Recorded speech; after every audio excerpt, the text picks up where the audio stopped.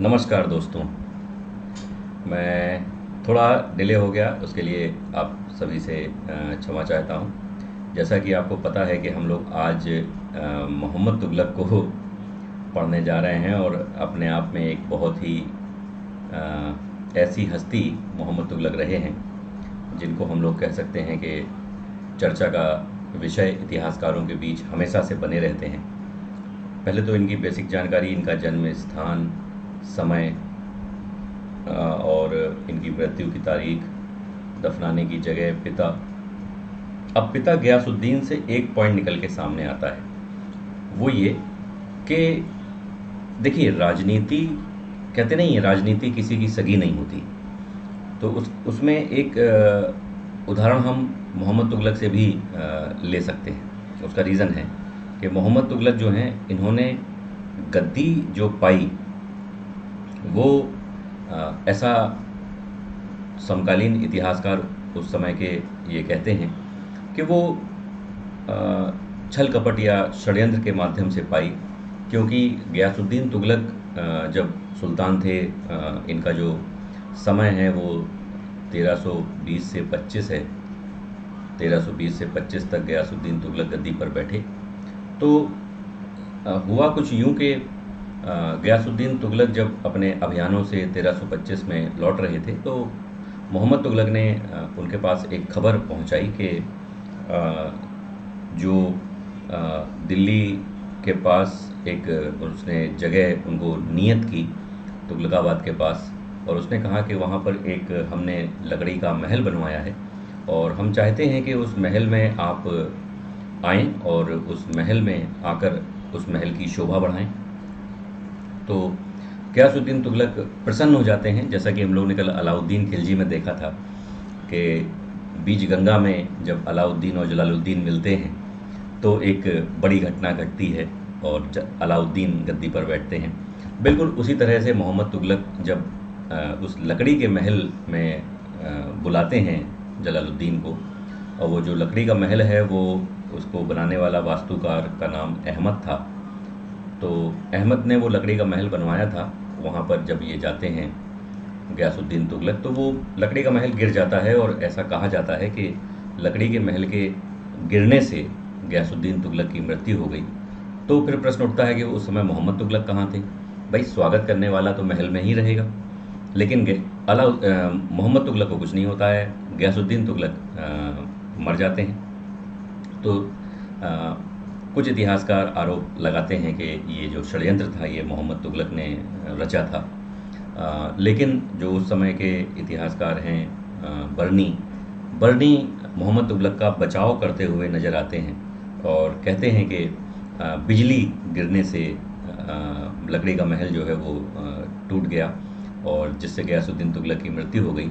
और दूसरी चीज़ के जो समकालीन इतिहासकार होते हैं उनके बारे में हम लोग यही कह सकते हैं कि अगर वो सुल्तान के सामने हैं तब तो वो सुल्तान की बुराई बिल्कुल नहीं लिखेगा, है ना, और वो ऐसी बातें ही लिखेगा जिससे उसकी आमदनी होती रहे। तो कहीं ना कहीं दरबारी इतिहास जो है उसको पढ़ते समय हमें सतर्क रहना चाहिए, क्योंकि जो कुछ वो लिख गए हैं उसको हम अंतिम सत्य तो बिल्कुल नहीं मान सकते, क्योंकि वो प्रभाववश लिखा हुआ इतिहास भी हो सकता है। ठीक है, तो वो लकड़ी का महल गिरा और एक घटना घटी, और उस घटना में गयासुद्दीन मर जाते हैं, और उसके बाद मोहम्मद तुगलक गद्दी पर बैठते हैं। मोहम्मद तुगलक का जो समय है वो, मैं थोड़ा सा रेड पेन इस्तेमाल कर लूँ। मोहम्मद तुगलक जो हैं वो 1325 से 51 तक गद्दी पर बैठते हैं, है ना। और मोहम्मद तुगलक के जो बचपन का जो नाम था, या कह लो कि इनको उपाधियां दी गई थी गद्दी पर बैठने से पहले, तो एक उपाधि मिली थी उलुग खां की, और इनके बचपन का जो नाम था वो था अबुल मजाहिद। तो ये एक इनका अन्य नाम मिलता है, और ये एक बढ़िया प्यारी सी उपाधि मिलती है उलुग खां की। इससे पहले भी उलुग खां की एक उपाधि दी गई थी, और याद रखिएगा वो उपाधि बलबन को दी गई थी। तो जहाँ तक यूपीएससी का प्रश्न है या किसी भी कमीशन का मुद्दा है, तो वो इस तरह के कभी कभी कंफ्यूज करने वाले क्वेश्चन पूछ लेता है। अब पता लगा बलबन की तो उलूग खां सबको पता है, क्योंकि नासिरुद्दीन महमूद ने बलबन को उलूग खां की उपाधि दी थी, और वो एक चर्चा का विषय, एक स्टोरी है ना। कभी बलबन पे चर्चा करेंगे तो आपको बताएंगे, है ना। अगर मान लीजिए ऑप्शन में बलबन नहीं है तो आप किसे टिक करेंगे, बड़ी बात ये है। तो अगर बलबन ऑप्शन में नहीं है तो आप मोहम्मद बिन तुगलक को टिक करेंगे। ये बात समझ में आ गई, है ना। और एक ही बहुत चर्चित नाम जो आपको सबको पता है वो है जूना खां, है ना। जूना खां भी कुछ लोग कहते हैं, कुछ लोग जौना खां भी कहते हैं, क्योंकि जौनपुर नगर की स्थापना फिरोज़ तुगलक ने अपने भाई की याद में करी थी। इसी तरह से बहुत ही हल्के अंदाज में हम लोग मोहम्मद तुगलक की अति महत्वपूर्ण बातों पर पूरी तरह से चर्चा करेंगे। सभी बच्चों को बहुत बहुत मोस्ट वेलकम। अंजना, नीलम, राजन, ड्रीम, सुपर सक्सेस, ड्रीम और खुशी एस, सब बच्चों को बहुत बहुत प्यार, बहुत बहुत नमस्कार। जो भी बच्चे आ गए हैं सबसे पहले आकर तो वो वीडियो को लाइक कर दें प्यारे बच्चों, और लाइक करने के बाद शेयर कर दें, है ना। और जल्दी से ये काम कर दो, और इस काम को करने के पहले जो मैं कह रहा हूँ उसको ध्यान से सुन लीजिए, क्योंकि आपको एक बहुत ही बेहतरीन गिफ्ट मिल सकता है ना।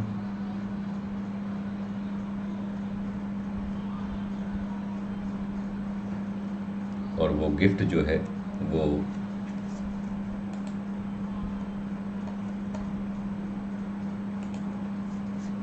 इसलिए मिलेगा क्योंकि आप अपीयर होंगे यूसीएससी में, Unacademy civil service championship में, ठीक है। India's largest scholarship test curated by top educators of India for UPSC prelims 2021 या 2021। ये टेस्ट जो है वो 13 जून को आपका होगा। इसका लिंक आपको डिस्क्रिप्शन में है, आप जाकर एनरोल हो सकते हैं। 10 से 12 ये एक प्रकार से हम तो कहेंगे परीक्षा होगी आपकी, है ना। बिल्कुल यूपीएससी की तरह ही यह एग्ज़ाम कंडक्ट कराया जा रहा है अन अकेडमी के द्वारा। तो बिल्कुल भी इस दिन को बिल्कुल भूलने की ज़रूरत नहीं है, इस समय को बिल्कुल भूलने की ज़रूरत नहीं है। और सबसे बड़ी बात कि जो टॉप रैंकर्स होंगे, जिनकी रैंक 1 से 50 तक आएगी, to get guidance from top UPSC CSC mentors. और एनरोलमेंट बिल्कुल फ्री है। Attempt live test, win scholarship and top 50 to get guide by best CSC mentors. ये मेंटर्स हैं जिनसे आप गाइडेंस लेंगे। इसमें अभिषेक सरफ जी हैं, शताब्दी जी हैं, दुर्गा शक्ति जी हैं, बीएन रमेश जी हैं, कृष्णा मोहन जी हैं, विपिन सी शर्मा जी हैं, राकेश वर्मा जी हैं। इनको तो आप जानते ही हैं, इनसे क्लासें आप ले ही रहे हैं, और बाकी सबको भी आप परिचित हैं, ठीक है। Win scholarship worth 3 CR। कैसे? तो 1 से 50 तक जो है वो तो सीएससी मेंटर्स से गाइडेंस लेंगे, और बाकी बच्चों को स्कॉलरशिप 25% से 100% तक स्कॉलरशिप का भी प्रोविज़न है। और अन अकेडमी के जो फिज़िकल नोट्स हैं वो आपको प्रोवाइड कराए जाएंगे। प्लस आपके पास जीतने का मौका है मैकबुक। आप मैकबुक जीत सकते हैं, आईपैड जीत सकते हैं, आईफोन जीत सकते हैं, और एयरपॉड्स जीत सकते हैं, है ना। सचिन साहब को लगाया, आपने देखा होगा, अपने सचिन तेंदुलकर साहब, है ना। कई जगह आपने उनको देखा होगा। अन अकेडमी ने टेलीग्राम पर शेयर किया था एक, तो उसमें भी वो, तो एयरपॉड्स आप जीत सकते हैं।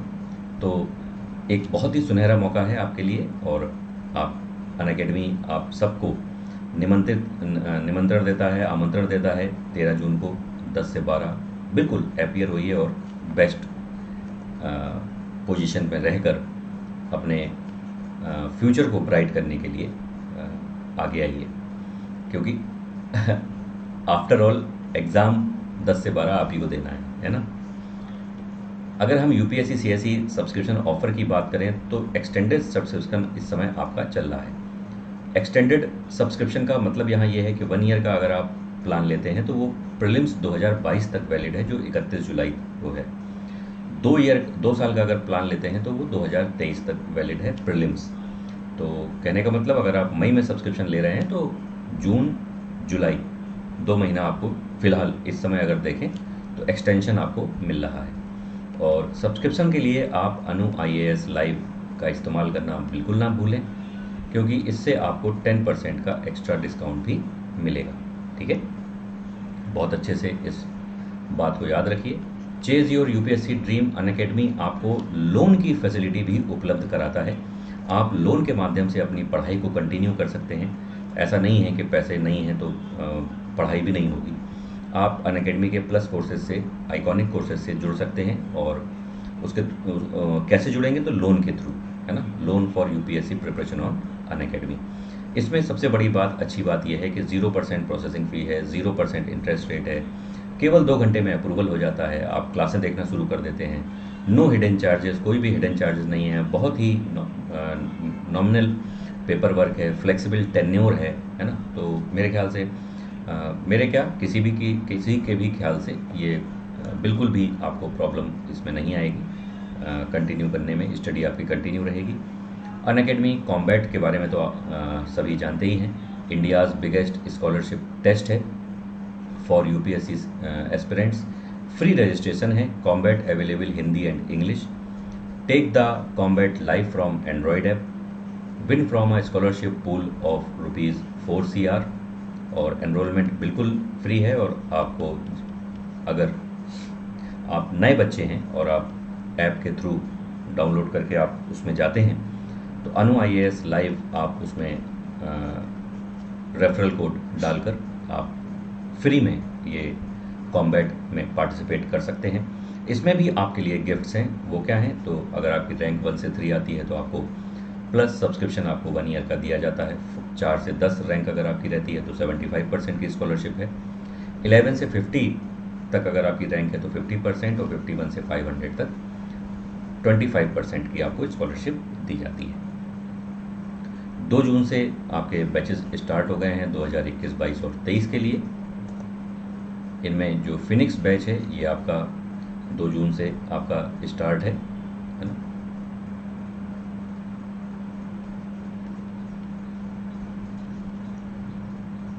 ये आपका बाइलिंगुअल इंग्लिश और हिंदी में ये बैच आपका चल रहा है।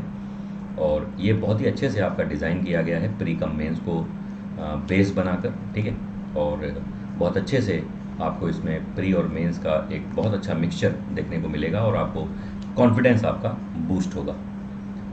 1 ईयर का जो बैच है उसे आप देख सकते हैं। इसमें आपका complete syllabus coverage, live classes, NCERT plus prelim test series आपको मिलेगी। 2 जून से ये बैच भी स्टार्ट है। हिंदी, इंग्लिश और बाइलिंगुअल तीनों लैंग्वेजेस में आपको मिलेगा।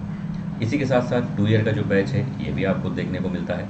ये भी आपका 2 जून से स्टार्ट है और complete syllabus coverage for prelims cum mains, live classes by top educators, NCERT and prelims test series. भाई 2 जून की रोटी की अगर व्यवस्था करनी है, कहा जाता है ना, तो भाई नौकरी तो चाहिए ना, तो अपना कदम आगे बढ़ाओ, है ना। NCERT batches for UPSC CSE, build a solid foundation with NCERT batches. ये आपको बाइलिंगुअल और इंग्लिश में आपको प्रोवाइड कराए जा रहे हैं। 2 जून से आपको ये जो बैचेस हैं ये आपको मिल जाएंगे। तो जल्दी से अनअकैडमी में प्लस और या आइकॉनिक का हिस्सा बन जाइए।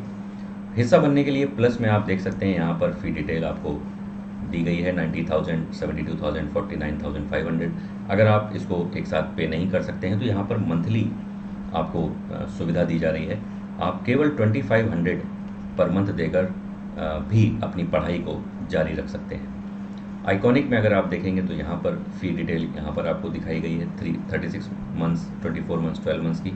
यहाँ पर आप 4,271 पे करके आप पर मंथ आप आइकॉनिक का हिस्सा बन सकते हैं और अनअकैडमी की live classes, paid live classes का आनंद ले सकते हैं। आपके लिए एक बहुत ही बेहतरीन कॉम्बो पैक है जिसमें आपको GS और ऑप्शनल, जैसे आप history, geography, polity, economics optional वगैरह लेते हैं तो वो ऑप्शनल आपको केवल 2806 पर मंथ अगर आप पे करते हैं तो आप GS और ऑप्शनल के कॉम्बो पैक में एनरोल हो जाते हैं फॉर 36 मंथ्स। तो आपको पर मंथ केवल 2,806 रुपये देने हैं। इस पर भी आप विचार कर सकते हैं। ठीक है, तो अनअकैडमी के जितने भी प्रोग्राम हैं, एक भी प्रोग्राम ऐसा नहीं है जो जहाँ पर आपको उसे एक्सेप्ट करने में कोई भी हल्की सी भी परेशानी आए। तो जल्दी से जुड़ जाइए अनअकैडमी के पेड प्रोग्राम से तो और अपने यूपीएससी के सपने को साकार बनाइए एज सुन एज पॉसिबल। ठीक है, चलिए, all the best to all my dear students. आइए अब मोहम्मद तुगलक पे हम लोग चर्चा को जारी रखते हैं।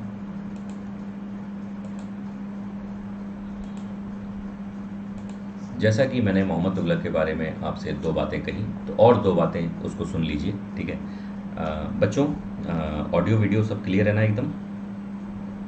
रविकांत इंडी, आरती यादव, धीरज यादव, अंजना, खुशी। तो जैसा कि मैंने अभी आपको डिस्कस किया, जूना खां या जौना खां, अबुल मजाहिद भी इसका नाम था, उल्लुग खां की उपाधि मिली थी। 2 बातें ऐसी हैं जो याद रखिएगा, है ना, मोस्ट इम्पॉर्टेंट है। वो ये कि मोहम्मद तुगलक पूरे सल्तनत काल में सबसे ज़्यादा पढ़ा लिखा व्यक्ति था, सबसे ज़्यादा पढ़ा लिखा। और दूसरी बड़ी बात कि याद रखिएगा कि सल्तनत का सबसे ज़्यादा विस्तार, एक्सपेंशन मोहम्मद तुगलक के समय ही हुआ था। कुछ इतिहासकार तो यहाँ तक कहते हैं कि उसके समय लगभग 23 प्रांत थे। तो इतने बड़े प्रांत का वो हेड था। लेकिन हमें उसके साथ साथ ये भी बात याद रखनी है कि सल्तनत डिक्लाइन करी तो आपका आंसर क्या होगा? तो भी आपका आंसर मोहम्मद बिन तुगलक होगा। अगर ये पूछता है एग्ज़ाम में कि सल्तनत का सबसे ज़्यादा एक्सपेंशन किसके समय हुआ, तो वो नो डाउट मोहम्मद तुगलक के समय। और सल्तनत डिक्लाइन करना किसके समय शुरू हुई, उसका आंसर भी मोहम्मद तुगलक है। आइए देखें अब एक एक करके कि मोहम्मद तुगलक को हम कैसे आसानी से उसके घटनाक्रम को अच्छे से समझ सकते हैं। तो सबसे पहले तो मैं यहाँ पर कुछ बेसिक चीज़ डिस्कस करना चाहूँगा। जैसे कहाँ गया, यस,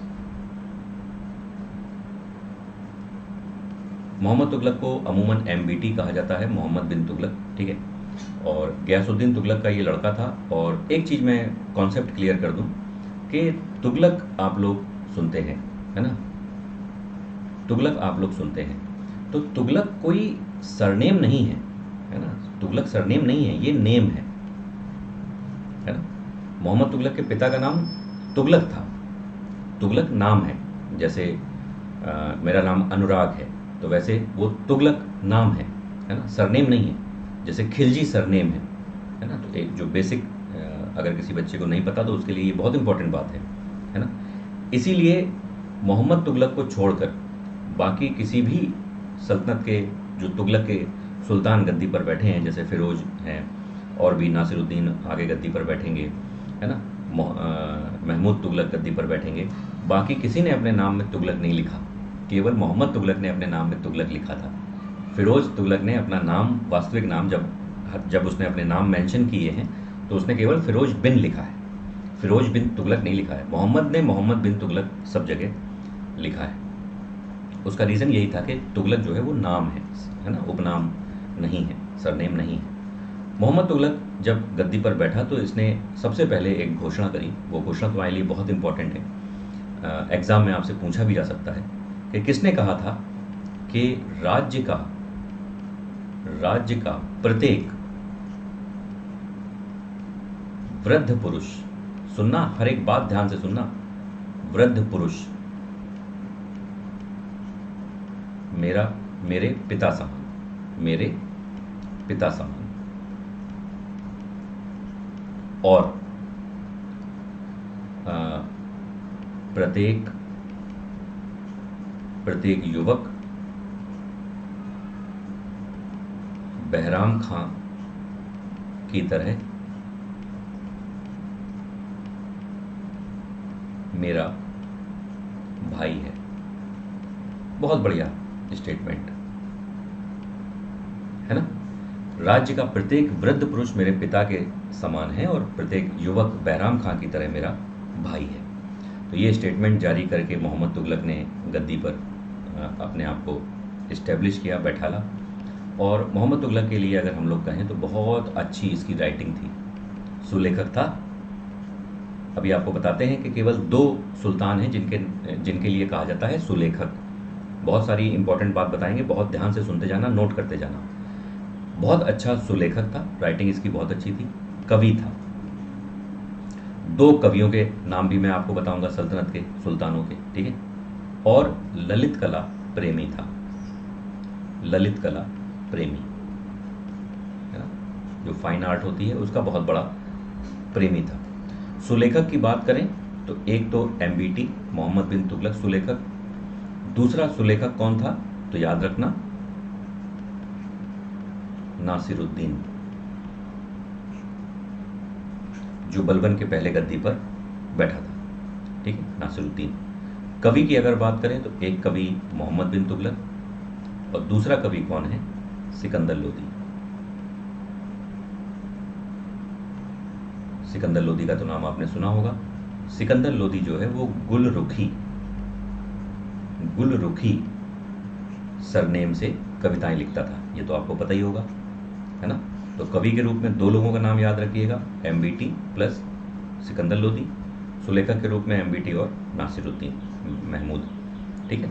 और ललित कला प्रेमी तो था ही, प्लस इसके साथ साथ मोहम्मद तुगलक की अगर हम बात करें तो इसको तर्क का ये बहुत बड़ा विद्वान था, प्लस इसको गणित का बहुत अच्छा ज्ञान था, मैथमेटिक्स, है ना, मैथ्स का इसको बहुत अच्छा ज्ञान था, मैं इंग्लिश में भी लिख देता हूँ, है ना। और दर्शन, इसका बहुत ही बेहतरीन विद्वान था एमबीटी, ये एमबीटी के लिए है। इसीलिए मैंने बोला कि सल्तनत में सबसे ज़्यादा पढ़ा लिखा अगर कोई व्यक्ति था तो वो मोहम्मद बिन तुगलक था। अब यहाँ पर थोड़ी सी बात फंस जाती है। क्या फंस जाती है, ध्यान से सुनना। मैं लगातार आपसे बोल रहा हूँ कि एमबीटी जो है वो सबसे ज़्यादा पढ़ा लिखा था, लेकिन अब कुछ इतिहासकारों के माध्यम से मोहम्मद बिन तुगलक के चरित्र को समझने का प्रयास करते हैं, ठीक है, बहुत आराम से समझना। सबसे पहले मैं स्मिथ साहब का नाम लिखूंगा, बीए स्मिथ, है ना, विंसेंट आर्थर स्मिथ। स्मिथ साहब ने मोहम्मद तुगलक के बारे में क्या लिखा है, इन्होंने कहा कि जो एमबीटी है वो विरोधी तत्वों का मिश्रण था, विरोधी तत्वों का मिश्रण था, जैसा आगे चलकर जहांगीर हुआ। अब इस पॉइंट को याद रखना कि स्मिथ साहब ने दो लोगों के लिए यह कटाक्ष किया है कि इनमें विरोधी तत्वों का मिश्रण था। जैसे मान लो आज कह रहे हैं ए, कल कहेंगे बी, फिर कहेंगे ए, फिर कहेंगे बी, मतलब इनमें विरोधी तत्वों का मिश्रण था। तो दो लोगों पर स्मिथ ये उनके चरित्र पर के बारे में, कैरेक्टर के बारे में ये बात कहते हैं, एक जहांगीर और एक मोहम्मद बिन तुगलक, है ना। तो स्मिथ साहब को मोहम्मद तुगलक का जो कैरेक्टर है वो बड़ा ही कंट्राडिक्टरी लगा। अच्छा, स्मिथ साहब के साथ साथ एक इतिहासकार हैं एल्फिंस्टन साहब, एल्फिंस्टन।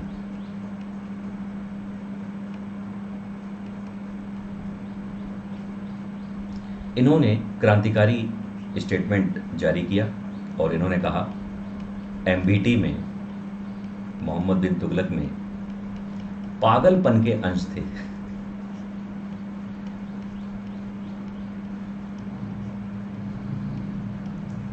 अब इन्होंने ऐसा क्यों कहा, इसके पीछे रीज़न क्या है? तो इसके पीछे रीज़न ये है कि एल्फिंस्टन साहब ने जब मोहम्मद तुगलक को पढ़ा, जब ये सब इतिहासकार हैं, तो इन्होंने मोहम्मद तुगलक को पढ़ा तो इन्होंने ये देखा कि मोहम्मद तुगलक एक के बाद एक योजनाएं बनाता जा रहा है और वो योजनाएं फ्लॉप होती जा रही हैं, है ना। तो फिर उसने योजनाएं बनाई क्यों? उसकी योजनाओं की वजह से दिल्ली का जो खजाना है वो खाली हो गया। तो तुम ऐसे किस बात के राजा कि तुमने दिल्ली का खजाना ही खाली कर दिया? तो एल्फिंस्टन साहब को लगा कि मोहम्मद तुगलक थोड़ा सा, है ना हालांकि इसका बीच बचाव करते हैं कौन? ईश्वरी प्रसाद। ईश्वरी प्रसाद साहब जो हैं ये भी इतिहासकार हैं। ये एल्फिंस्टन साहब की बात से सहमत नहीं है। ईश्वरी प्रसाद मोहम्मद तुगलक का बचाव करते हैं और कहते हैं कि एमबीटी जो है वो समय से आगे था, समय से आगे था। ध्यान से सुनना एक एक बात। अब समय से आगे का मतलब इनका क्या था, ईश्वरी प्रसाद साहब का? इनका ये कहना था कि मोहम्मद तुगलक का जो टाइम पीरियड है वो है 1325 से 51, 1325 से 51, यही तो है। तो इनका ये कहना था कि मोहम्मद तुगलक को ये समय से आगे था, तो इसे आगे पैदा होना चाहिए था, मतलब अकबर के आसपास इसे पैदा होना चाहिए था मोहम्मद तुगलक को। तो शायद इसने जो योजनाएं बनाई या दिल्ली और उसकी जनता के लिए जो इसने सोचा वो सब फिट हो जाता, है ना, वो समय से पहले ही पैदा हो गया, है ना, इसका मतलब वो समय से आगे था। तो ईश्वरी प्रसाद तो बड़ी तारीफ करते हैं, है ना। और दूसरा कि पागलपन का जो अंश है वाली बात है, ये मोहम्मद तुगलक के समय के जो लोग हैं वो भी इस बात को कहते हैं कि मोहम्मद तुगलक में कुछ अंश हैं। तो ईश्वरी प्रसाद वहाँ भी मोहम्मद तुगलक का बचाव करते हैं और कहते हैं ये आरोप मुल्लाओं द्वारा लगाया गया है, या जिन्हें हम उलेमा कहते हैं, उलेमाओं द्वारा ये आरोप लगाया गया है कि वो पागल था। क्यों? क्योंकि मोहम्मद तुगलक ने इस्लाम के साथ साथ ऐसी मान्यताओं को भी आश्रय और प्रश्रय दिया था जो हिंदू धर्म से रिलेटेड थी। जैसे होली में पार्टिसिपेट करने वाला पहला सुल्तान था और उसने अपने ऑफिसर्स में हिंदुओं को रखा। रतन मीरन उसके बहुत ही वफादार हिंदू सेनापति थे। तो ईश्वरी प्रसाद वहाँ पर ये कहने का प्रयास करते हैं कि चूंकि उलेमाओं को लगा कि मोहम्मद तुगलक इस्लाम से भटक रहा है, तो शायद उन्होंने आलोचना मोहम्मद तुगलक की करना शुरू कर दिया होगा। ये बात समझ में आई, है ना। अच्छा, अब मोहम्मद तुगलक अपने बारे में क्या कहता है ये भी समझ लो। तो मोहम्मद तुगलक अपने बारे में कहता है कि सुल्तान जो है, सुल्तान ईश्वर की छाया है, सुल्तान ईश्वर की छाया है ना। और इसने अपने आप को उपाधि ली किसकी? अल सुल्तान। कई बार एग्जाम में आपके पूछा गया है, अल सुल्तान जिल्ले अल्लाह, अल सुल्तान जिल्ले अल्लाह। तो ये मोहम्मद तुगलक अपने राजत्व या अपने बारे में कहता है कि सुल्तान को साधारण मानव नहीं समझना चाहिए, वो ईश्वर की छाया है। क्योंकि सुल्तान इसीलिए गद्दी पर बैठता है कि वो अपने प्रजा के हित के लिए काम कर सके। ये तो बड़ी अच्छी बात थी, है ना। अच्छा, उसके साथ साथ मोहम्मद तुगलक ने, चूँकि बहुत ही दिमागदार व्यक्ति था, तो जब वो गद्दी पर बैठा तो उसने सबसे पहले रजिस्टर सिस्टम को स्टार्ट किया। इसने रजिस्टर सिस्टम को स्टार्ट किया किसमें? जो आय व्यय होती है ना। तो आय व्यय के लिए उसने कहा कि तुम लोग रजिस्टर बनाना शुरू करो, है ना। कोई ज़मीन है, वहाँ से कितना राजस्व इकट्ठा हो रहा है, कोई बंगाल की ज़मीन है, कोई मध्य प्रदेश की ज़मीन है, कोई गुजरात की ज़मीन है, कोई राजस्थान की ज़मीन है। तो ज़मीन के हिसाब से तुम लोग लगान वसूलते हो। भाई हर ज़मीन तो अधिक पैदावार नहीं कर सकती ना। तो कहीं की ज़मीन ज़्यादा पैदावार करती है तो वहाँ से ज़्यादा राजस्व आ रहा है, कहीं की ज़मीन कम उपजाऊ है तो वहाँ से राजस्व कम आ रहा है। तो मोहम्मद ने कहा कि भैया रजिस्टर बनाओ। देखो कितनी इंपॉर्टेंट बात है। तो रजिस्टर प्रणाली शुरू करने वाला कौन था? मोहम्मद तुगलक। आज भी बच्चे ये क्वेश्चन एग्जाम में गलत करते हैं, आज भी, है ना। तो ये बात याद रखना। तो रजिस्टर सिस्टम को स्टार्ट करने वाला मोहम्मद तुगलक ही था। ये बात समझ में आई। और सबसे बड़ी और इम्पोर्टेंट बात, जीएसटी, सभी राज्यों में समान कर, जैसा कि आप गुड्स एंड सर्विस टैक्स देखते हैं, सब जगह समान। ये आपके लिए बिल्कुल नया पॉइंट मैंने ढूंढ के निकाला है, और इस बात को याद रखना है ना कि जीएसटी लागू करने वाला सुल्तान तो मोहम्मद बिन तुगलक, क्योंकि उसने सभी राज्यों पर समान कर व्यवस्था लागू करने वाली बात कही थी। इस पॉइंट के लिए तो लाइक बनता है, तो अगर किसी बच्चे ने लाइक ना किया हो अभी तक तो वीडियो को लाइक जरूर कर दो, है ना, क्योंकि वीडियो को लाइक करोगे, शेयर करोगे, सब्सक्राइब करोगे चैनल को अगर आप नए हैं, है ना, तो सीधी सी बात के जो गुरु दक्षिणा है वो आप दे रहे हैं, तो गुरु द्वारा दी जाने वाली शिक्षा जो है वो आपको फलेगी, सीधी बात है ना। वीडियो को लाइक करना, है ना। यहाँ तक सारी बातें समझ में आ गई, है ना। जीएसटी लागू करा दिया, कौन था?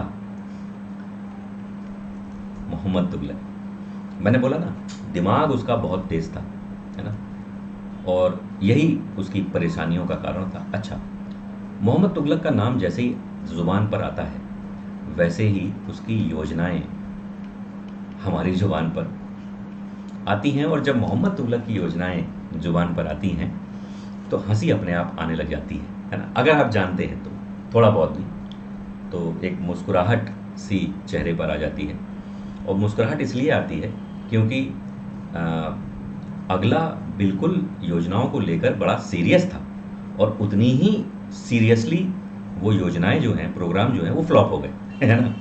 आइए देखें कौन कौन से और कैसे कैसे। तो पहली इसने जब ये गद्दी पर बैठा 1325 में, तो 1326 के आसपास इसने क्या काम किया कि इसने दोआब में कर वृद्धि कर दी। दोआब में कर वृद्धि, है ना। दो का मतलब होता है बेटा दो, और आब का मतलब होता है पानी, ये तो आप जानते ही हैं। तो दोआब में इसने कर वृद्धि कर दी। तो दो पानी का एरिया मतलब समझ गए, गंगा यमुना। गंगा यमुना के बीच का जो क्षेत्र है ना, वहां पर इसने जो टैक्सेशन है वो 50% कर दिया, 50% बढ़ा दिया एकदम से। उसने कहा कि चलो इस साल दोआब में कर वृद्धि कर दो। भाई कर वृद्धि कर दी गई, और जैसे ही 1326-27 में मोहम्मद तुगलक ने टैक्स को बढ़ाकर 50% कर दिया, क्योंकि उपजाऊ जमीन थी, उसी वर्ष दुर्भिक्ष, या जिसे हम अकाल कहते हैं, वो पड़ा, और जिसकी वजह से प्लेग फैल गया। करेला ऊपर से नीम चढ़ा। जिस वर्ष इसने दोआब में कर वृद्धि करी उसी वर्ष हालत खराब हो गई। बात समझना। अच्छा, जब बीमारी फैल गई तो अपना भाग गए। कहां भागे? तो मोहम्मद बिन तुगलक जब हालत खराब हो गई, भाई वहीं बगल में दिल्ली, गंगा यमुना दोआब के बगल में दिल्ली, तो अपना भाग गए कहां? स्वर्गद्वारी। जौनपुर के पास एक स्वर्गद्वारी जगह थी, वहां भाग गए, और लगभग 2.5 वर्ष वो रहा वहां पर, कि ऐसा ना हो हमको भी प्लेग हो जाए, मर जाए। बहुत दिमागदार था। उसने कहा जान है तो जहान है, पहले भागो यहां से। तो वो भागकर उसने अपनी जो शरण है वो स्वर्गद्वारी में ली, और 2.5 वर्ष वहां रहा, और जब माहौल ठंडा हुआ तब लौट कर आया, है ना। इससे तुमको क्या शिक्षा मिलती है कि मोहम्मद तुगलक का ये जो प्रोग्राम था ये फ्लॉप शो। जसपाल भट्टी का पहले एक बहुत पहले फ्लॉप शो आता था, है ना, उसी से मैंने ये शब्द चुराया है। अब तो खैर वो साहब नहीं है। खैर, तो दोआब में कर वृद्धि प्रोग्राम लॉन्च किया, बीमारी फैल गई, प्रोग्राम बेकार हो गया, है ना। धन्यवाद आप सभी बच्चों को, ध्यान से बस सुनिएगा, ठीक है। अच्छा, फिर उसने क्या किया? अच्छा, फिर एक दिन बैठा था मोहम्मद तुगलक, फिर उसको लगा कि कुछ तो करना चाहिए, ऐसे कब तक मैं खाली बैठूंगा। दुआब में करवृद्धि करी, प्रोग्राम फ्लॉप हो गया, अब क्या करें। तो फिर उसने नए नए प्रोग्राम उसके दिमाग में आने लगे। तो एक प्रोग्राम उसके दिमाग में क्लिक किया कि एक काम करते हैं कि मंगोल हमको बहुत परेशान करते हैं, है ना। सेंट्रल एशिया से आते हैं मंगोल, एकदम से पाकिस्तान पार करके सीधा दिल्ली तक आ जाते हैं, उधम मचा सकते हैं, है ना, क्योंकि मोहम्मद तुगलक तक आते आते मंगोलों ने कई अटैक कर दिए थे। तो उसकी बुद्धि बत्ती जली, है ना।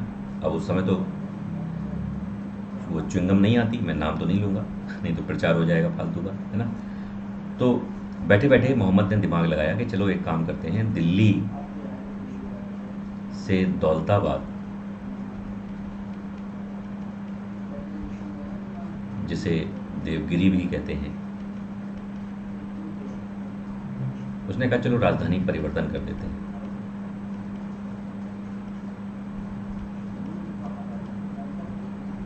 अब भैया राजधानी परिवर्तन शुरू हो गया। मोहम्मद तुगलक ने जब कहा कि हम राजधानी परिवर्तन करने जा रहे हैं, हम दिल्ली से दौलताबाद राजधानी ले जाएंगे, तो जो दिल्ली के लोग हैं, जो अमीर हैं, ऑफिसर्स हैं, वो और जो दिल्ली की जनता है, वो सब जाने से मना कर दिया, हम नहीं जा रहे। ये कौन सी बात है, दिल्ली से दौलताबाद हम चले जाएं। तो मोहम्मद तुगलक ने कहा कि हम तुमको सारी सुविधाएं देंगे, बस तुम लोग चल दो। कहा हम नहीं जा रहे। ना ऑफिसर तैयार हुए, ना दिल्ली की जनता। अब इसको गुस्सा आ गई मोहम्मद तुगलक को। उसने कहा सुल्तान की आज्ञा तुम ठुकरा रहे हो, कह ले चलो एक एक को घसीट घसीट के ले चलो, जो होगा देखा जाएगा। अब सबको दौड़ाया गया, चलो टिट टिट दौलताबाद चलो। अब सब दौलताबाद दौड़ने लगे।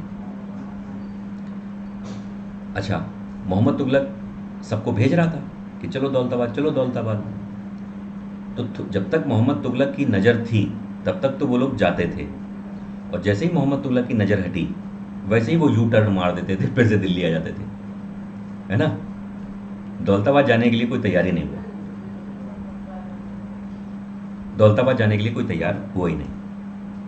अच्छा, मोहम्मद तुगलक का मेन एम क्या था, वो ये कहता था कि मंगोलों का भय जो है वो हमेशा के लिए ख़त्म हो जाएगा, क्योंकि हम सेंटर में पहुंच जाएंगे, चारों तरफ से भारत का एक बड़ा क्षेत्र रहेगा, और हम दौलताबाद महाराष्ट्र में जो प्लेस है वहाँ पर हम आराम से शासन करेंगे। मंगोल भी दौलताबाद तक आने में डरेंगे, है ना, कि ऐसा ना हो घेर के मार दिए जाएं। तो मेन मोहम्मद तुगलक का तो यही कह सकते हो, एग्ज़ाम में आएगा तो तुम्हें यही टिक करना है कि उसने मंगोलों से रक्षा के लिए राजधानी परिवर्तन किया था। लेकिन जो उस समय के इतिहासकार हैं, जैसे आप जानते हैं 1333 में मोरक्को से इब्न बतूता आया था जूता पहन के, है ना। तब तक तो जूते का चलने लगे थे भाई। जूते तो अगर हम कहें कि कब से शुरू हो गए जूते, तो जूते पहनने वाला पहला राजा कनिष्क था। अगर हमें कोई मूर्ति मिली है जूता पहने तो वो कनिष्क की मिली, है ना। चाहो तो ये भी नोट कर सकते हो, है ना। अच्छा क्वेश्चन है। तो इब्न बतूता जो इसके समय आया था, मोहम्मद तुगलक के समय, तो इसने लिखा कि इसने बड़ी कॉमेडी वाली बात लिखी। इसने कहा कि मोहम्मद तुगलक ने राजधानी परिवर्तन इसलिए किया क्योंकि जो दिल्ली के लोग हैं, दिल्ली के लोग सुल्तान को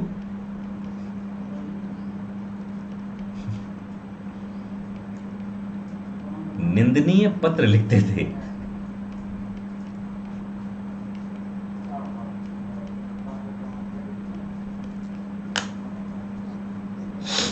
नहीं समझे? निंदनीय पत्र, अब उल्टे सीधे पत्र तुम लिखोगे सुल्तान को, हैं? अच्छा, नीचे नाम तो लिखोगे नहीं, नहीं तो तुम्हारी खाल खींच दी जाएगी, है ना। तो मोहम्मद तुगलक के नाम बहुत सारे पत्र आते थे, है ना। ये इब्न बतूता कह रहा है, जो मोहम्मद तुगलक के समय आया था।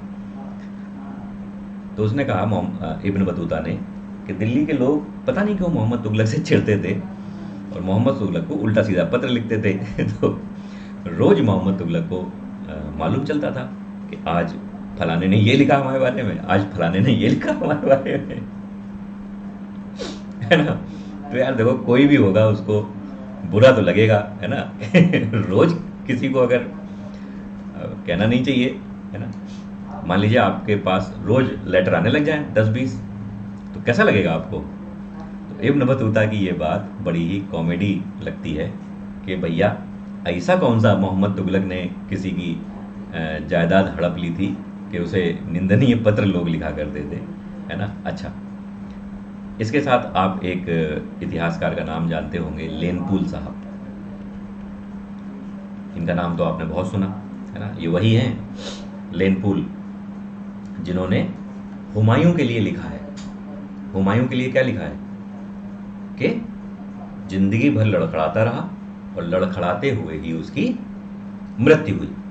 तो उन्होंने राजधानी परिवर्तन के संबंध में लेनपूल साहब ने भी लिखा है। इन्होंने क्या लिखा कि ये जो राजधानी परिवर्तन है, ये कैपिटल चेंज जो की गई है ना, ये गुमराह शक्ति, गुमराह शक्ति मतलब सुल्तान के जो शक्ति है, शक्ति मतलब सुल्तान, और वो गुमराह है, गुमराह शक्ति का स्मारक चिन्ह। राजधानी परिवर्तन जो है, कैपिटल जो चेंज की गई, वो गुमराह शक्ति का स्मारक चिन्ह है। कितनी बढ़िया बात लेनपूल साहब ने कही। बढ़िया बात कही, लेकिन सही नहीं कही। मैं इसके पक्ष में नहीं हूँ, है ना। मोहम्मद तुगलक ने दौलताबाद को अगर कैपिटल बनाता तो काफ़ी हद तक मंगोलों से जो सुल्तान पीटे जा रहे थे, कूटे जा रहे थे, वो बच जाते, क्योंकि मंगोलों का बड़ा ही अजीब व्यवहार था, है ना। वो ऊपर का माला उनका खाली था मंगोलों का। उनके 3 सिद्धांत थे, मार डारब, काट डारब, फाट डारब। तो जब वो किसी को निपटाते थे तो वो बहुत बुरी तरह से मारते थे, है ना। और आप देखेंगे कि उस साइड में कुछ गेम्स भी इस प्रकार के हैं जो अनएथिकल हैं। आप अनएथिकल मतलब, अब चलिए खैर कहना नहीं चाहिए, आपने भी शायद देखा हो, बड़े ही अनएथिकल गेम्स वहाँ पर उस समय होते थे। हालांकि यूरोप के इतिहास में भी हमें बड़ी ही अनएथिकल चीज़ें देखने को मिलती हैं। खैर, तो लेनपूल साहब ने ये कहा, लेकिन रिजल्ट क्या निकला, रिजल्ट क्या निकला, ध्यान से सुनना। पहला रिजल्ट, बहुत ध्यान से सुनना, पहला रिजल्ट फ्लॉप शो। कोई गए ही नहीं, कोई गए ही नहीं। दूसरा रिजल्ट, 4 साल बाद वापसी, घर वापसी। तो घर वापसी का शब्द यहां पर आपको यूज करने को मिल जाएगा। 4 साल बाद घर वापसी। तीसरा, पैसा बर्बाद। हर जगह पैसा बर्बाद हो रहा है, हर जगह पैसा बर्बाद हो रहा है ना। अच्छा, अब ये प्रोग्राम भी फ्लॉप हो गया। अब फिर एक दिन बैठा, फिर एक दिन बैठा, फिर इसको लगा कुछ ना कुछ तो करना चाहिए, क्या करें क्या करें क्या करें। तो भाई साहब ने क्या किया, मुद्रा, मुद्रा व्यवस्था पर नजर डाली। जब मुद्रा व्यवस्था पर नजर डाली तो इसने कुछ अच्छी मुद्राएं चलाई, मतलब जैसे अदली, अदली मुद्रा इसकी फेमस है ना।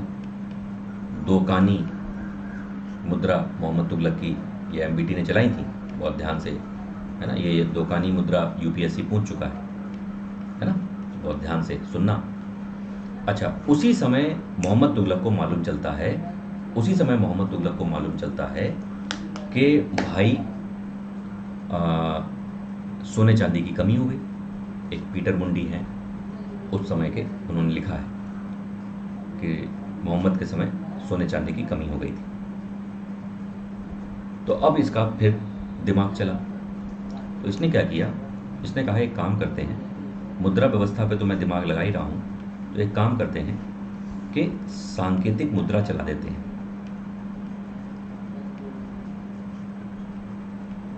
अब जो इसके मुद्रा के ऑफिसर थे, जो कॉइन्स बनाते थे, मैनेज करते थे, अब वो एकदम उनको एकदम झटका लगा। उन्होंने कहा ये क्या है, ये जेस्चर कॉइन क्या होता है, कॉइन कॉइन होता है, ये जेस्चर्ड कॉइन क्या होता है।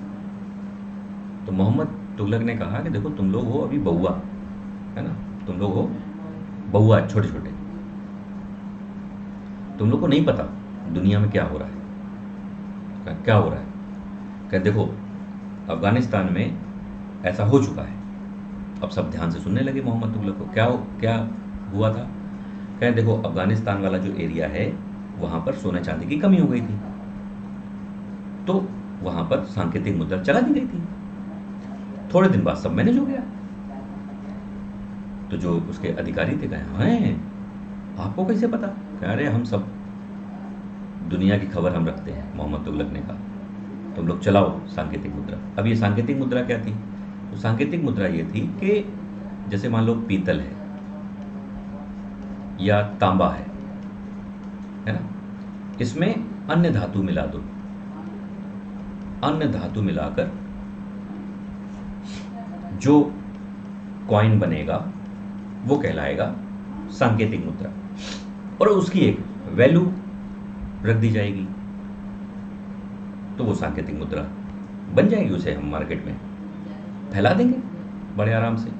तो कहें कैसे, तो कहें वो ऐसे, सुनो ध्यान से, कि जब हम सांकेतिक मुद्रा बनाएंगे उस पर ठप्पा लगाएंगे और उसको जब मार्केट में चलाएंगे तो एक लिमिटेड टाइम पीरियड तक इसको चलाएंगे, जब तक चांदी की कमी हमारी पूरी नहीं हो जाती। जैसे ही चांदी की कमी पूरी होगी, ये जो मुद्रा है इसको हम वापस अपने में कर लेंगे, गला देंगे। मोहम्मद तुगलक को ये नहीं पता था कि अफगानिस्तान में ये प्रोग्राम सफल हुआ था, लेकिन ये उत्तर भारत था, ये उत्तर भारत था। जैसे ही मोहम्मद तुगलक ने कॉइन्स, सांकेतिक मुद्रा, जेस्चर्ड कॉइन बनाई, उन्हें मार्केट में उतारा, तो वो कॉइन लोगों के हाथ में पहुंची। तो लोगों ने बड़े आराम से देखा कॉइन को, good, it's nice, very good. और वो चले गए सब अपने अपने घर। और भैया चूंकि वो सस्ती मुद्रा थी, तो सब दिल्ली वालों ने क्या किया, अपने घर के बर्तन गला दिए, पीतल तांबे के बर्तन थे सबको गला दिया। और रात भर दिल्ली से टुक टुक टुक टुक टुक टुक टुक टुक की आवाज, सब अपने अपने घर में सिक्के बनाने लगे। वो भाई जब धातु प्राप्त है ना, जब धातु प्राप्त है तो उसे सिक्के में कन्वर्ट करने में क्या प्रॉब्लम है ना। उस समय देवास या इस तरह की कोई प्रिंटिंग प्रेस तो थी नहीं कि नोट बन रहे हैं साहब, छप रहे हैं होशंगाबाद में, है ना। तो जब इस तरह का स्थिति बनी कि हर घर में सिक्के बनने लगे, और सुबह आदमी अपनी जेब भर के मार्केट में ये दे दो, वो दे दो, ये दे दो, वो दे दो। दुकानदार भी परेशान है, कल तक तो ये उधार मांगने आता था, आज ये जेब में पैसा भर के आया है और सिक्का भी सही है। यही वाला चलाया है मोहम्मद भाई ने अपने, है ना। अब सब एकदम से माहौल गड़बड़, एकदम मुद्रास्फीति बिल्कुल हाई पे, इन्फ्लेशन हो गया।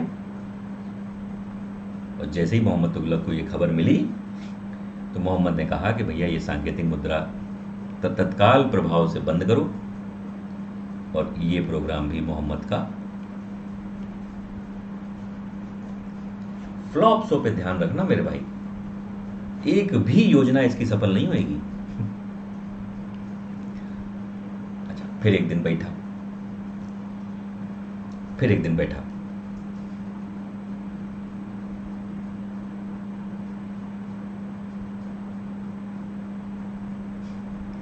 फिर एक दिन बैठा था, ऐसा दिमाग तो था ही। तो उसने कहा अब क्या करें, तो उसने कहा एक काम करते हैं, कि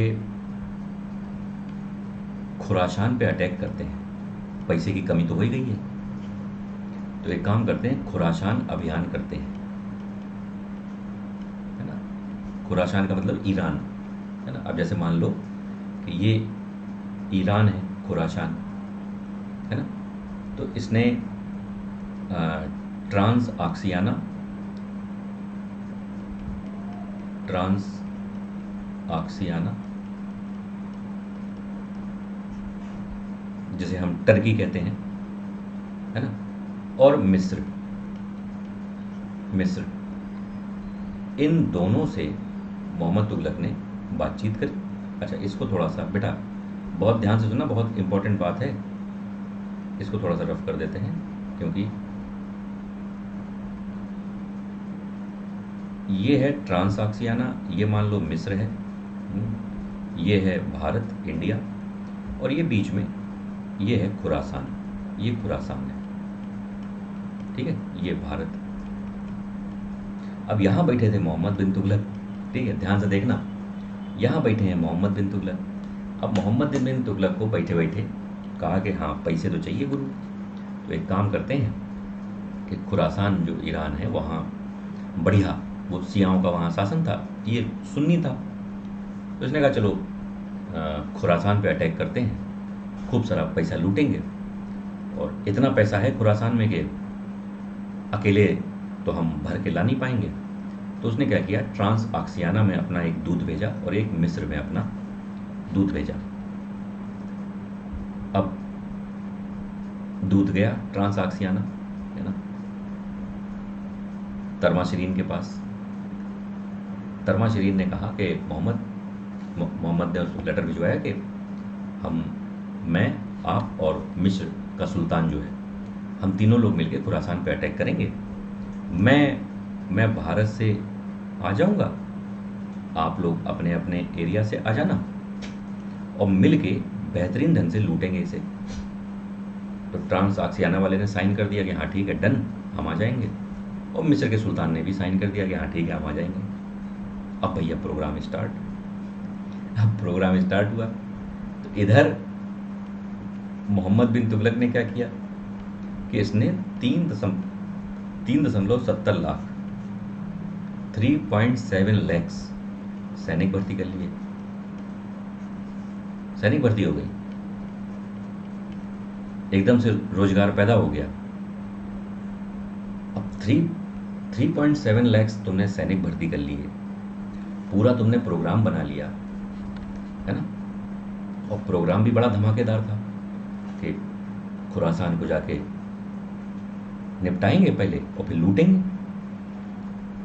और भर भर के सोना चांदी ले आएंगे। प्रोग्राम भाई साहब एकदम राइट। अब भैया अच्छा, उसमें डेट भी मेंशन थी कि इस डेट को हम आ रहे हैं, मतलब इस डेट को हम चलेंगे, इस डेट को तुम चल देना, सब मैनेज था। अब भैया मोहम्मद तुगलक खड़े हो गए, उनके पीछे उनके 3,70,000 सैनिक खड़े हो गए कि बस भैया बोलो और चलें, अटैक करें। मोहम्मद तुगलक खड़े। अब जैसे ही मोहम्मद तुगलक को अटैक करना था, जैसे ही कि अब चलो सीधा अटैक करते हैं, है ना, जिस डेट को अटैक करना था उसी वक्त मोहम्मद तुगलक का एक दूत दौड़ता हुआ आया, मतलब घोड़े से आया, कहे सुल्तान सुल्तान सुल्तान। मोहम्मद कहे हाँ क्या बात, कहे ना जाओ, कहे क्यों ना जाए, फालतू की बात कर रहा है, क्यों ना जाए, कहे किसकी दम पे जा रहे हो। तो मोहम्मद तुगलक ने कहा कि ट्रांस-आक्सियाना का जो तर्माशरीन है और जो मिस्र का सुल्तान है उनकी दम पे जा रहे हैं, अकेले थोड़ी जा रहे हैं, 3 लोग हैं, मिलके निपटाएंगे। अब तो उसने कहा कि पहले मेरी पूरी बात तो सुन लो। कहे हाँ क्या, कहें जिनके भरोसे तुम जा रहे हो अटैक करने, वही अब गद्दी पर नहीं रहे, कल गद्दी से उतार दिए गए हैं।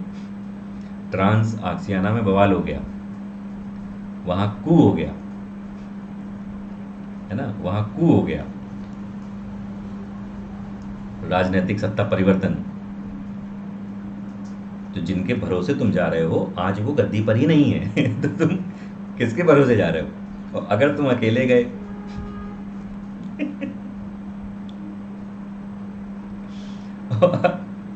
अगर तुम अकेले गए तो तुम्हारा क्या होगा ये तुम्हें पता है। तो मोहम्मद तुगलक ने कहा है बात तो सही है, अकेले गए तो हमारी कनपुरिया भाषा में कहते हैं होंक दिए जाएंगे। अब भैया क्या करें? अब मोहम्मद तुगलक पीछे मुड़ के सैनिकों को देखे और आगे हाथ में लिए वो लेटर कि भैया वो उतार दिए गए गद्दी से। अब भैया दिमाग खराब मोहम्मद तुगलक का। अब वो इतनी बड़ी सेना देख के बताओ किसका मूड खराब नहीं होगा? किसका नहीं खराब बताओ? अच्छा तुम ही बताओ किसका मूड खराब नहीं होगा? और वो पीछे देखे आगे देखे, पीछे देखे आगे देखे। और ये प्रोग्राम ऐसा था कि शुरू होने के पहले ही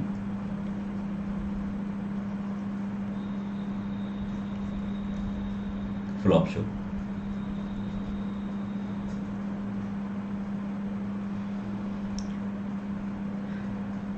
देखो लाइक करे बिना कोई नहीं जाएगा। हाँ पढ़ाई अपनी जगह है और गुरु दक्षिणा अपनी जगह है।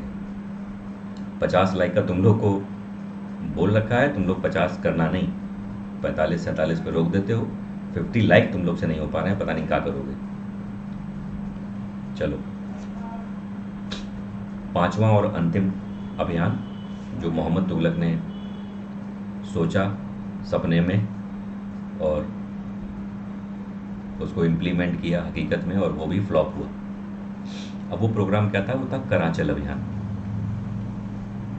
कराचल अभियान। अब फिर एक दिन बैठा, अब इतना मूड खराब होने के बावजूद भी अगले का दिमाग काम कर रहा।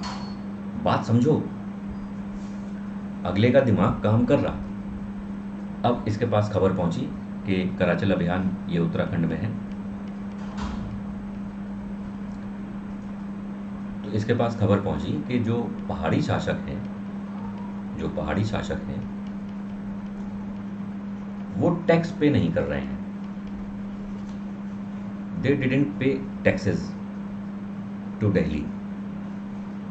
तो मोहम्मद तुगलक को कहा इतनी सी बात, सेना तैयार करो, अभी तो बनाई थी हमने 3,70,000 की, उसमें से एक टुकड़ी पहुंचाओ कराचल। कैसे नहीं देंगे? उनके हलक से टैक्स निकाल के लाओ, जाओ। अब सैनिकों को, ट्रांस आक्सियाना के तरमाशरीन को, मिस्र के सुल्तान को थोड़ी पता था कि मोहम्मद तुगलक पे राहु सवार है, राहु काल चल रहा है। मोहम्मद तुगलक के समय इतना खराब था कि समझ लो वो जिससे दोस्ती कर रहा था उन तक की गद्दी चली गई, वो बेचारे गद्दी से उतार दिए गए। इतना भयंकर इसका समय गड़बड़ चल रहा था। कहते नहीं है सोना छुए तो मिट्टी हो जाए। तो कराचल अभियान अगले ने बनाया, कहें जाओ पहाड़ी शासक के पास।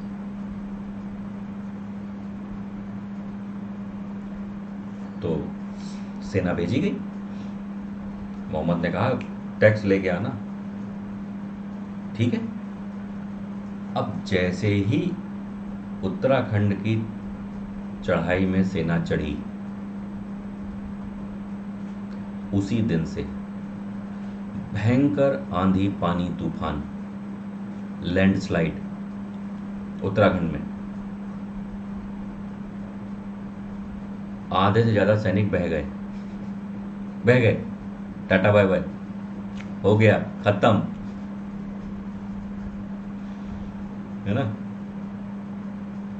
और जो मुट्ठी भर सैनिक बचे वो किसी तरह घसीट के पहाड़ी राजा के पास पहुंचे। तो पहाड़ी राजा ने उसे उठाया। हाँ बेटा, कहाँ से आए हो? पहले तो उसे झाड़ा पोछा, गीला गाला है ना, उसमें मिट्टी उट्टी लगी सैनिक के, तो उसको पोछा पाछा। कहा भैया कहाँ से आए हो? कहा हम मोहम्मद तुगलक के सैनिक हैं।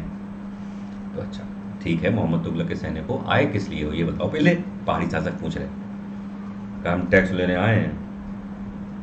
तो कहें कि कोई आया नहीं तुमसे पहले मांगने, ना कि मोहम्मद तुगलक ने हमसे कहा कि हमें टैक्स दो।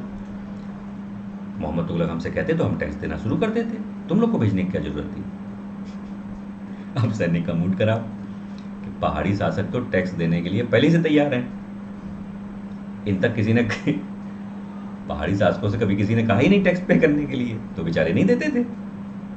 अब उस सिपाही का और मूड खराब।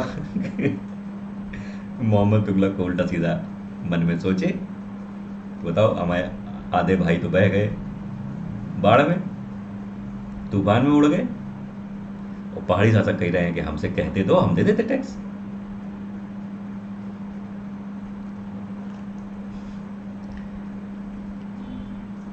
ये प्रोग्राम भी फ्लॉप शो रहा। उसके पीछे रीज़न ये था कि जब जो सैनिकों को भेजने में जो खर्चा हुआ और सैनिक वो जो वहाँ से बटोर के लाए, उसमें बड़ा अंतर था।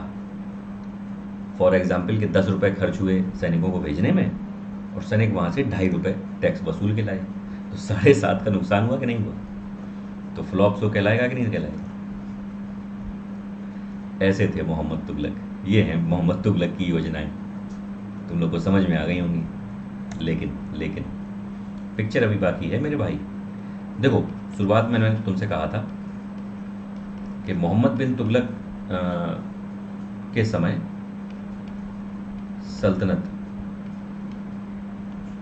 सल्तनत का सर्वाधिक विस्तार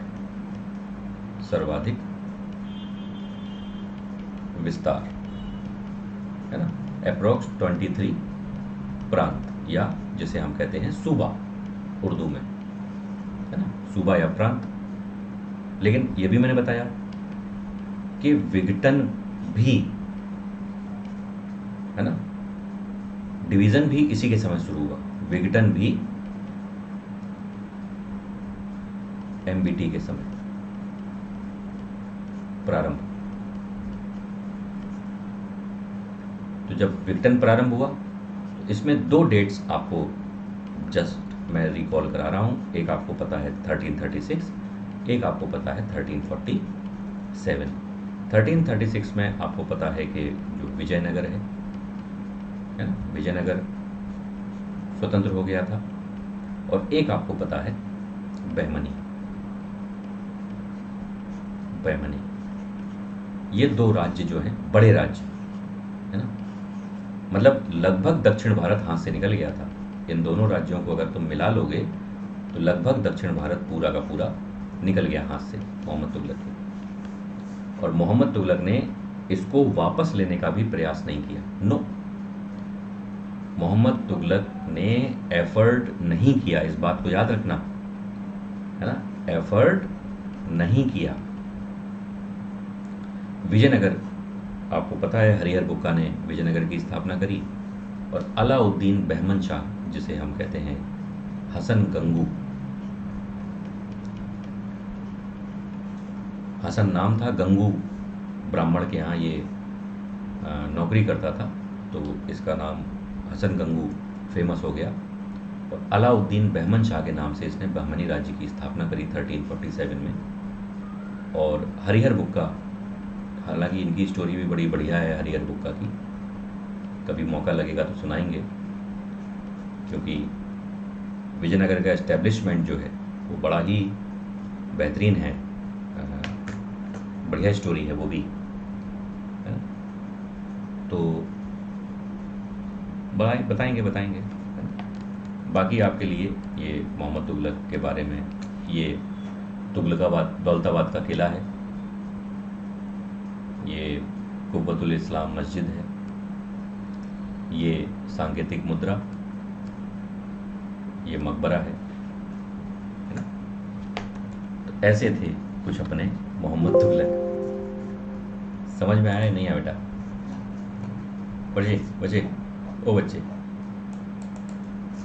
बच्चे समझ में आया नहीं आया? चलते चलते जो मैंने प्रोग्राम बताए हैं बेटा, उनको जरूर याद रखना। और ये जो हर प्रोग्राम का डिस्क्रिप्शन में लिंक है, आप बिल्कुल डिस्क्रिप्शन में जाके लिंक देख सकते हैं। और 13 जून को जो टेस्ट है 10 से 12 बहुत महत्वपूर्ण, बिल्कुल यूपीएससी के पैटर्न पे होगा, माइनस मार्किंग होगी, 100 क्वेश्चन जीएस के आएंगे, है ना। तो बिल्कुल ऐसे आपको लगेगा जैसे आप यूपीएससी के एग्ज़ाम में बैठे हैं, है ना। आपको फ़ायदा क्या है? तो 2 बड़े फ़ायदा है कि 1 से 50 तक जिनकी रैंक आएगी उनको ये जो बेहतरीन मेंटर्स आपके स्क्रीन पर हैं ये आपको गाइड करेंगे यूपीएससी सीएसई 2017 के लिए, सॉरी 2021 के लिए। और स्कॉलरशिप भी आपको दी जाएगी अगर आपकी रैंक 50 से ऊपर है तो फिर आपको स्कॉलरशिप का प्रोविज़न है, फिज़िकल नोट्स का प्रोविज़न है, आप मैकबुक जीत सकते हैं, आईपैड जीत सकते हैं, आईफोन इवन आप जीत सकते हैं, और एयरपॉड्स भी आप जीत सकते हैं। तो 3 करोड़ के आपके स्कॉलरशिप और प्राइजेस हैं। बहुत बड़ी और बहुत बिग न्यूज़ है आपके लिए, है ना। तो डिस्क्रिप्शन में लिंक है, आप जाके एनरोल हो जाइए, बिल्कुल फ्री, एकदम निःशुल्क आपको देना है। अगर आप में से कोई बच्चा ऐसा है जो पहली बार ऐप के थ्रू एनरोल करेगा तो वो मेरा कोड याद रखे, तो उसे एनरोल करने में प्रॉब्लम नहीं आएगी, है ना। इसका आप लोग स्क्रीनशॉट ले लेना, अनु IAS लाइव, इसका स्क्रीनशॉट ले लो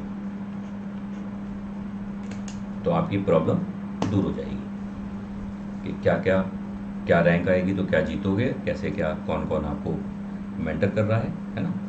चलिए, बहुत बहुत धन्यवाद, बहुत ध्यान से आप सबने आज की क्लास को अटेंड किया। बिल्कुल बिल्कुल, कुछ बच्चों का रिवीजन, कुछ के लिए ये बिल्कुल नया था आज की क्लास, है ना। सबको मज़ा आया, समझ में आया। Thank you to all of you. Like, share और सब्सक्राइब करना बिल्कुल ना भूलना, ठीक है। Thank you. जय हिंद, जय भारत।